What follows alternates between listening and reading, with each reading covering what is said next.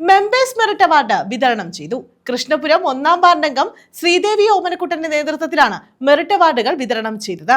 പഠനോപകരണങ്ങളും വിതരണം ചെയ്തു. കൃഷ്ണപുരം ഗ്രാമപഞ്ചായത്ത് ദേശത്തിനകം 1-ാം വാർഡിൽ ഗ്രാമപഞ്ചായത്ത് അംഗം ശ്രീദേവി ഓമനക്കുട്ടന്റെ നേതൃത്വത്തിലാണ് മെറിറ്റ് അവാർഡുകൾ വിതരണം ചെയ്തത്. പഠനോപകരണ വിതരണവും നടത്തി. ഗ്രാമപഞ്ചായത്ത് പ്രസിഡന്റ് ജെസി കോശി ഉദ്ഘാടനം ചെയ്തു. കൈപിടിച്ച് നമ്മളെ ഉയർത്തിയവരെ നമ്മൾ ഒരിക്കലും മറന്നു പോകരുത്. നമ്മുടെ ഈ ലോകത്ത് നമുക്ക് ഡോക്ടർ, എഞ്ചിനീയർ, അധ്യാപകര്, പല മേഖലകളിൽ വർക്ക് ചെയ്യുന്നവർ നമ്മുടെ ഈ സമൂഹത്തിന് ആവശ്യമാണ്. എങ്കിൽ തന്നെയും നമ്മുടെ ഈ അതിലൊക്കെ ഉപരി നമ്മളെ സമൂഹത്തിൽ നല്ലതായിട്ട് നിലനിർത്തിക്കൊണ്ടു പോവുക എന്നുള്ളതാണ് നമ്മുടെ ഏറ്റവും വലിയ കർത്തവ്യം. ഇപ്പം അറിയാം, ഈ തൂഫാൻ വന്നതോടുകൂടി കുറച്ച് എനിക്ക് തോന്നുന്നു ഒത്തിരിയേറെ മയക്കുമരുന്നിൻ്റെയൊക്കെ കുറവ് വന്നിട്ടുണ്ട്. നമ്മുടെ പുതിയ തലമുറയെ കാർന്നു തിന്നുന്ന ഒന്നാണ് നമ്മുടെ മയക്കുമരുന്ന്. ആ കാര്യങ്ങളിൽ നിന്നൊക്കെ നമ്മുടെ കുഞ്ഞുങ്ങൾ ഒത്തിരി മാറിയിട്ടുണ്ട്.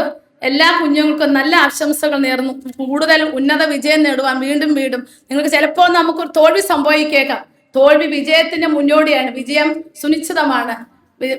വിജ്ഞാനം നേടിക്കൊടുക്കുക എന്നുള്ളത് നമുക്ക് ഏറ്റവും വലിയൊരു കാര്യം. നമ്മൾ നല്ല കുഞ്ഞുങ്ങളായി വളരുവാൻ നമ്മളെ അരോത്തരൻ ജഗദീശൻ ഇടയാക്കട്ടെ എന്ന് പ്രാർത്ഥിച്ചുകൊണ്ട് ബ്ലോക്ക് പഞ്ചായത്ത് അംഗം ശ്രീഹരി കോട്ടിരേത്ത് വിജയികളായ വിദ്യാർത്ഥികളെയും 2-ാം വാർഡംഗം ഐ റഫീഖ് കായിക താരങ്ങളെയും അനുമോദിച്ചു. വി ഓമനക്കുട്ടൻ സ്വാഗതവും കൊച്ചുകുട്ടൻ നന്ദിയും പറഞ്ഞു. നമുക്ക് ഈ കാലഘട്ടം ഒരുപാട് മാറി. നമ്മൾ ഡിജിറ്റൽ കാലഘട്ടത്തിൽ കൂടാണ് ജീവിക്കുന്നത്. നമ്മൾ തൊഴിൽ അധിഷ്ഠിതമായ വിദ്യാഭ്യാസം മുന്നോട്ട് പോയെങ്കിൽ മാത്രമേ നമുക്കൊരു തൊഴിൽ പെട്ടെന്ന് കിട്ടാൻ സാധ്യതയുള്ളൂ.